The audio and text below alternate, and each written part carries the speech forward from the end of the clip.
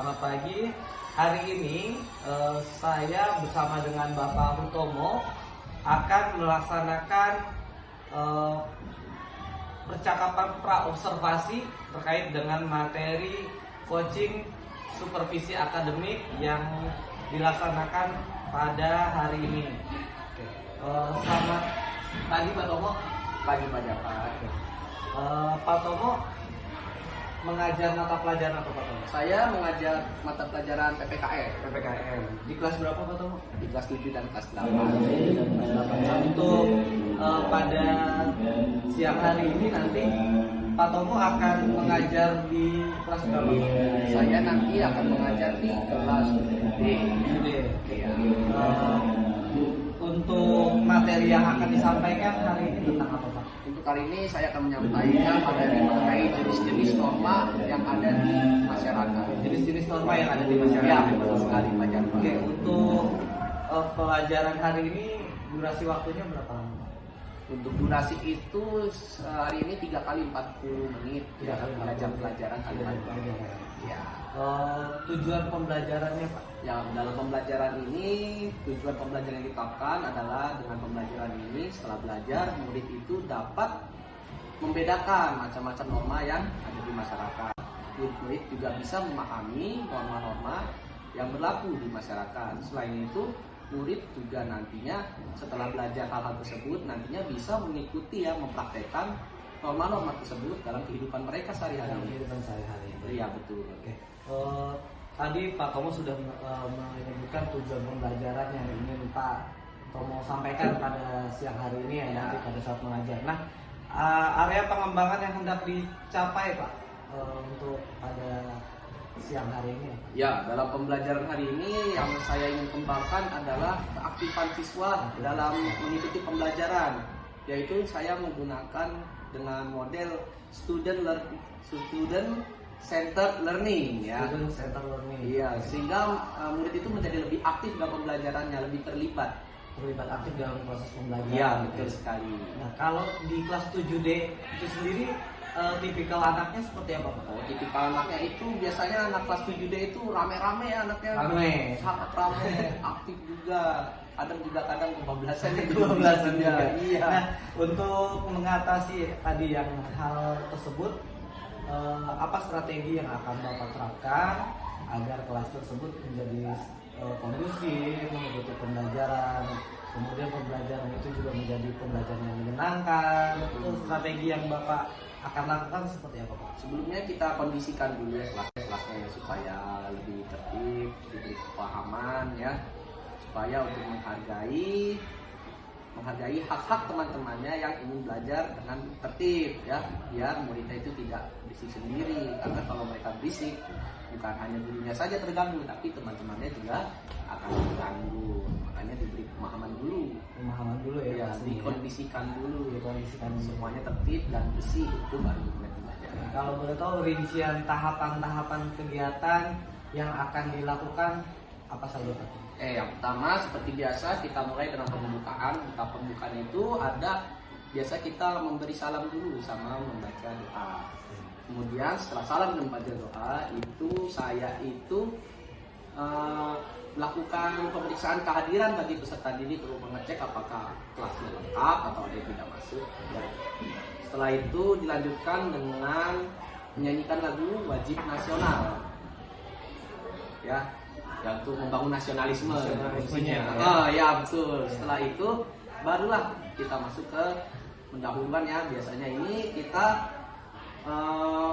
saya itu membuat tujuan pembelajaran yang menyampaikan tujuan pembelajaran dan langkah-langkah pembelajaran. Setelah itu biasanya dilakukan persepsi untuk mengaitkan materi sebelumnya yang pernah diajarkan ya.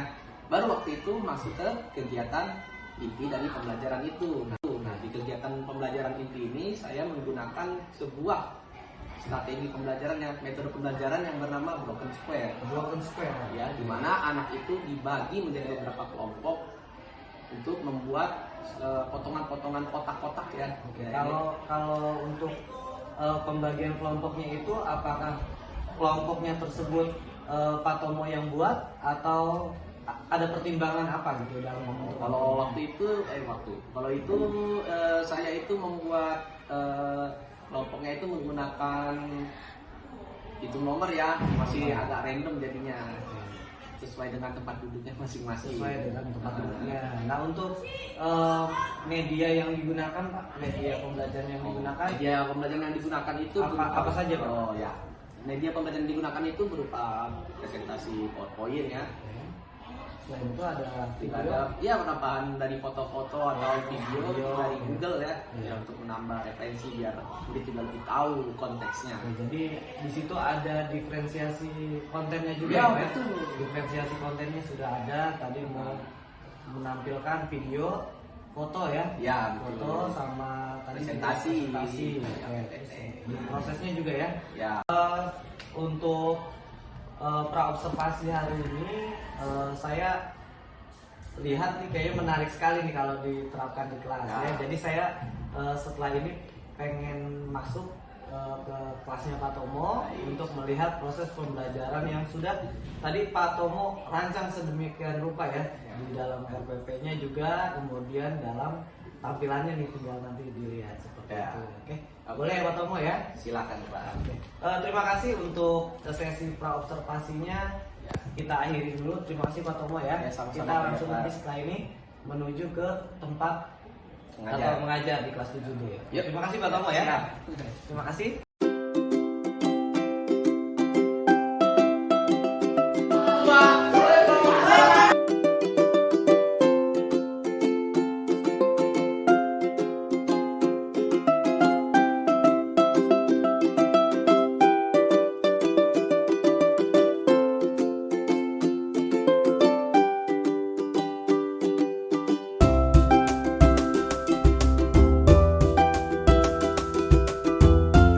Assalamualaikum warahmatullahi wabarakatuh. Waalaikumsalam. Oke, pada kesempatan kali ini kita masuk ke tahap selanjutnya nih Pak Tomo. Jadi setelah tadi saya masuk ke kelasnya Pak Tomo, melihat Pak Tomo mengajar, tibalah kita ke pasca observasi namanya Pak Tomo ya. Ya. Pasca observasi ini jadi semacam langkah selanjutnya dari kegiatan observasi. Ya tadi kita sudah menyimak Pak Tomo mengajar di kelas. Selanjutnya kita akan masuk ke tahap pasca observasi. Nah, kita mulai saja ya Pak Tomo ya. Siap. Oke. Ya, Pak. Oke. Pertama Pak Tomo, apakah tadi pada saat mengajar tujuan pembelajaran yang ingin Pak Tomo sampaikan sudah tersampaikan dengan baik Ya. atau terlaksana dengan baik? Tadi kan ada 3 tujuan pembelajaran ya. Ya. Yang pertama supaya murid mengenal jenis-jenis norma dalam masyarakat, terus dapat membedakan norma-norma yang ada di masyarakat, dan juga supaya murid dapat berperilaku sesuai dengan norma yang berlaku di masyarakat ya. Jadi kalau menurut tujuan-tujuan tadi saya pikir sih semuanya sudah tercapai. Karena di akhir pembelajaran anak-anak sudah bisa mengelompokkan norma-norma yang ada di masyarakat. Oke, jadi untuk tujuan pembelajaran untuk yang Pak Tomo rencanakan, menurut Pak Tomo itu sudah tersampaikan dengan baik ya Pak Tomo ya? Menurut saya sudah berhasil. Untuk pembelajaran tadi, Pak Tomo, adakah yang merasa Pak Tomo masih belum maksimal atau masih kurang baik dalam perasaannya Pak Tomo itu tadi? Untuk belum yang maksimal ya. Iya. Kalau yang saya rasa ya untuk yang belum maksimal itu saya dalam mengkondisikan kelasnya itu masih belum maksimal karena waktu pembelajaran tadi memang terasa agak ribut ya. Kondisi kelasnya ya? Iya betul, agak ribut, jadi masih berisik, saling saut menyaut ya ketika menjawab. Itu untuk pengkondisian kelasnya ya masih. Nah. Selain itu ada lagi nggak Pak? Mungkin ini ya waktu tadi ya itu saya lupa itu saya nyampaikan tujuan pembelajaran agak Tujuan skip. pembelajarannya Iya, skip. Padahal sudah disiapkan Iya, ya ada tujuan di pembelajarannya. slide-nya, Oke. iya. Terus kalau untuk kita fokusnya kan kayak tadi kita kan di awal itu ada pembelajaran berdiferensiasi ya. Ya. Nah itu gimana Pak Tomo? Apakah tadi Pak Tomo merasa sudah sesuai dengan yang Pak Tomo rencanakan pembelajaran diferensiasinya? Untuk pembelajaran diferensiasi sih masih cukup sesuai ya untuk diferensiasi Yang tadi prosesnya atau kontennya sudah cukup sesuai. Namun kalau untuk pengelompokan sepertinya belum berdiferensiasi karena masih random kelompoknya, kayak pembagian kelompoknya masih random ya, jadi random. belum berdasarkan tadi mungkin ada kesiapan anaknya. Jadi Pak Tomo masih tadi katanya masih random, jadi memilih kelompok belum berdasarkan apapun gitu ya Pak ya? Belum berdasarkan kemampuan. Jadi belum mempertimbangkan hal Iya. itu. Oke, terus tadi berarti kaitannya dengan pengkondisian kelas, terus kemudian pembelajaran berdiferensiasinya yang Masih belum maksimal ya? Ya. Di diferensiasi, terutama di diferensiasi apa Pak? Konten, proses, atau produknya? Lebih ke proses sih. Proses ya, prosesnya. Oke. Prosesnya.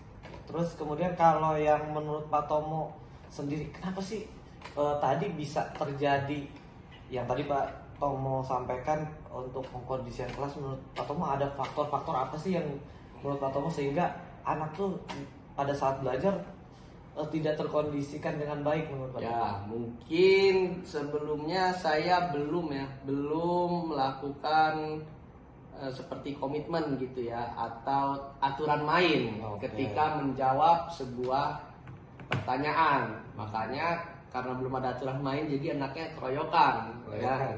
Keroyokan jawabnya karena belum ada aturan mainnya. Belum ada aturan main, jadi pas menjawab pertanyaan langsung saya nggak kayak saya pak Ribut semua. langsung ribut ya. Karena memang anak antusias banget. Iya. Itu sisi positifnya mungkin Pak ya. Mungkin karena di lain sisinya jadi malah terkesannya jadi berisik ya. ribut. Oke. Jadi belum ada aturan mainnya ya Pak ya. Iya. Oke. Untuk rencana ke depan nih Pak ya. Jadi tadi kan Pak Tomo menyampaikan ada yang pembelajaran berdiferensiasi yang belum kena banget gitu ya, yang diproses. Oke, terkait dengan yang tadi Pak, pembelajaran berdiferensiasi yang menurut Pak Tomo belum maksimal lah pada saat pembelajaran berdiferensiasi. Adakah kendala yang Pak Tomo hadapi atau? Ya, untuk pembelajaran diferensiasi mungkin saya ini ya kurang melihat kemampuan siswa ya. Kurang melihat secara rinci. Akhirnya saya biar cepet gitu ya, akhirnya memilih secara random aja gitu. Jadi untuk pembagian kelompoknya ya Pak ya, jadi udahlah biar cepet nih. Iya. Jadi ngambil jalan pintas ya Pak Iya, biar cepet terbagi kelompoknya. Oke. Selain itu karena memang alasan cepet, selain itu ada apa lagi Pak sehingga Pak Tomo milih udahlah cepet aja gitu? Ada faktor lain? Mungkin nggak ada lagi. Nggak ada lagi ya. Cepet aja. Ya, cepet aja ya intinya. Oke. Kalau kita ke depan nih Pak, rencana aksi Pak Tomo nih ke depan supaya ketertiban kelasnya lebih baik lagi ke depan, terus kemudian juga untuk kaitannya pembelajaran berdiferensiasi ini nanti bisa kena nih antara diferensiasi konten, proses, dan juga produk. Langkah-langkah yang Pak Tomo akan lakukan apa sih Pak? Oke, mungkin untuk pengkondisian kelas supaya kelas yang rusuh amat kayak tadi ya. Jadi sebelum kita melakukan permainan itu atau sebelum kita memberikan materi harus diberikan aturan main dulu. Aturan mainnya dulu. Ya, misalnya kalau mau menjawab itu murid itu harus angkat tangan dulu atau berdiri dan sebutkan nama. Ya, jadi ketika di situ ada angkat tangan, jadi guru tuh bisa menunjuk salah satu gitu ya, biar gak semuanya keroyokan. Itu untuk yang ini ya Pak ya, ke depan supaya tidak terlalu ribut pada saat menjawab ya Pak ya. Oke. Nah untuk yang pembelajaran berdiferensiasi Pak, supaya anak bisa dapat pembagian kelompok mungkin sesuai dengan minat bakatnya atau sesuai dengan kesiapan belajar mereka terkait dengan pembelajaran berdiferensiasi, langkah ke depannya akan seperti apa Pak? Mungkin ada beberapa cara ya. Yang pertama saya bisa melihat tes diagnostik di awal ya. lakukan asesmen diagnostik. Asesmen diagnostik di awal itu dilihat lagi kemampuan siswanya, pemahaman terhadap materi itu bisa dilihat, pemahaman materi sebelumnya itu bisa dilihat, nanti dari hasil itu bisa dikelompokkan berdasarkan ya hasil dari tes diagnostik tadi. Jadi langkah selanjutnya Pak Tomo akan melakukan asesmen diagnostik terlebih Ya, dahulu ya. atau tidak bisa melihat dari nilai-nilai PTS atau penilaian formatifnya yang yang sudah sudah Pak Tomo pernah dilakukan. lakukan. Kan di situ bisa terlihat kelas-kelasnya, ada perbedaan ya. Oke. Nah, tidak semua murid itu sama. Nah, terus untuk menindaklanjuti yang tadi yang Bapak sampaikan, Bapak akan melakukan tadi untuk menertibkan kelas. Pak Tomo kan rencananya bikin aturan main tuh ya Pak. Iya. Tadi Bapak Iya, sampaikan. betul. Terus kemudian untuk terkait dengan pembelajaran berdiferensiasi, Pak Tomo akan melakukan tes diagnostik terlebih dahulu, seperti itu ya Pak? Iya, betul. Nah, hal tersebut kira-kira Pak Tomo akan melakukannya kapan Pak? Pelajaran berikutnya. Di pembelajaran berikutnya? Iya, jam berikutnya saya akan lakukan. Itu untuk yang mana nih? Dua-duanya. Oh, dua-duanya. Jadi di Iya. hari itu nanti disampaikan mungkin dengan cara seperti apa Pak? Menyampaikan ke Anaknya ini ada asesmen diagnostik, terus kemudian terkait dengan aturan belajarnya. kalau mungkin untuk diferensiasi mungkin tidak akan saya sampaikan secara gamblang ya. Ya. Paling cuma secara tersirat aja, maksudnya dilihat dari hasilnya dibagi kelompok, gak usah bilang nih kelompoknya kenapa dibagi-bagi ya. Oke. Takutnya bisa menimbulkan kecemburuan sosial atau malah bikin orangnya menjadi minder. Minder ya Pak? Aduh, saya dikelompokin sama orang-orang gitu. Nah, kan bisa aja. Oke, Kalau betul. dibilang itu yang berdiferensiasi ya. Ah. Nah, kalau untuk yang pengkondisian kelas, ya, nanti mungkin disampaikan secara rutin ya sebelum memulai pembelajaran. Oke. Setiap pemulai pembelajaran nanti akan ya saya ingat-ingat lagi. Jadi Supaya akan rutin. dimulainya di pertemuan selanjutnya ya Pak Tomo? Iya, betul. Oke. Terus untuk menguatkan nih Pak terkait dengan pembelajaran berdiferensiasi, kemudian kaitannya pengelolaan kelas, kira-kira siapa yang bisa Pak Tomo ajak atau mungkin Pak Tomo libatkan? Tadi Pak Tomo sudah menceritakan akan melakukan asesmen diagnostik, kemudian juga pengkondisian kelas ya Pak Tomo Ya, betul. untuk mengatasi hal-hal tersebut. Nah, kira-kira siapa teman atau yang bisa Pak Tomo libatkan atau membantu Pak Tomo untuk kaitannya dengan menguatkan Pak Tomo dalam hal-hal pembelajaran berdiferensiasi atau pengelolaan kelas? Oke, yang pertama tentunya yang saya akan libatkan yaitu ya murid itu sendiri ya. Murid itu sendiri. Karena memang murid itu adalah kolaborator kita dalam melakukan kegiatan belajar mengajarnya ya. Kemudian selain murid itu ada ya Pak Jafar juga bisa nih. Oh, bisa. Pak Jafar, iya. Ya, rekan Kan Pak sejawat. Jafar juga banyak ilmunya kan, ya, Aduh. bisa berbagi tuh. Oke. Terus Iya, langkah-langkahnya ya mungkin ya bisa kepala sekolah gitu kan untuk memberi masukan-masukan Masukan. mengenai metode pembelajaran yang baik dan menyenangkan untuk anak-anak. apakah kemudian guru-guru yang akan Pak Tomo libatkan, apakah dia akan Pak Tomo ajak masuk ke kelas atau gimana? Oh iya, tentu bisa. Kapan-kapan nanti mungkin saya ajak ke kelas lagi. Oke. Terus nah untuk ini nih Pak, kaitannya dengan tadi kesepakatan, kira-kira untuk saya bisa mengetahui nih kemajuan dari apa yang sudah Pak Tomo lakukan, kira-kira Pak Tomo saya bisa dapat info terbarunya lagi dari Pak Tomo kapan? Pelajaran berikutnya. Pelajaran berikutnya. Iya, Setelah karena pelajaran berikutnya gitu atau ya boleh pelajaran berikutnya kan karena tindak lanjutnya dilakukan pembelajaran berikutnya. Oke. Jadi di minggu depan atau Oh, minggu depan bisa. minggu depan bisa ya? Bisa. Oke, jadi tadi Pak Tomo sudah menyampaikan apa yang menjadi kekurangan dan kelebihan yang Pak Tomo sampaikan dalam pembelajaran.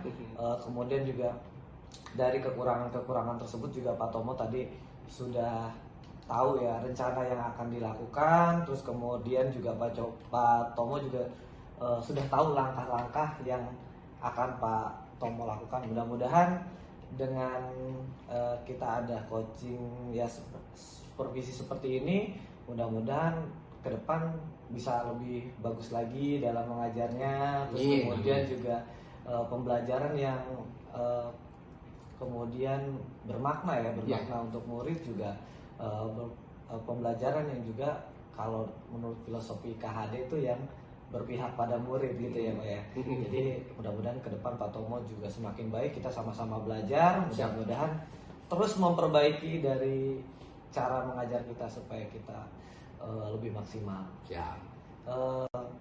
Ada lagi Pak Tomo mungkin Itu yang saja. disampaikan cukup? Cukup itu saja Oke. seperti ya. Oke, terima kasih banyak Pak Tomo sudah mau berbagi ya kaitannya dengan kegiatan Pak Tomo mengajar. Mudah-mudahan ini bermanfaat ya, Ya. membawa kebaikan. Ya. Terima kasih Pak Tomo sekali Ya. lagi ya. Sama-sama Pak.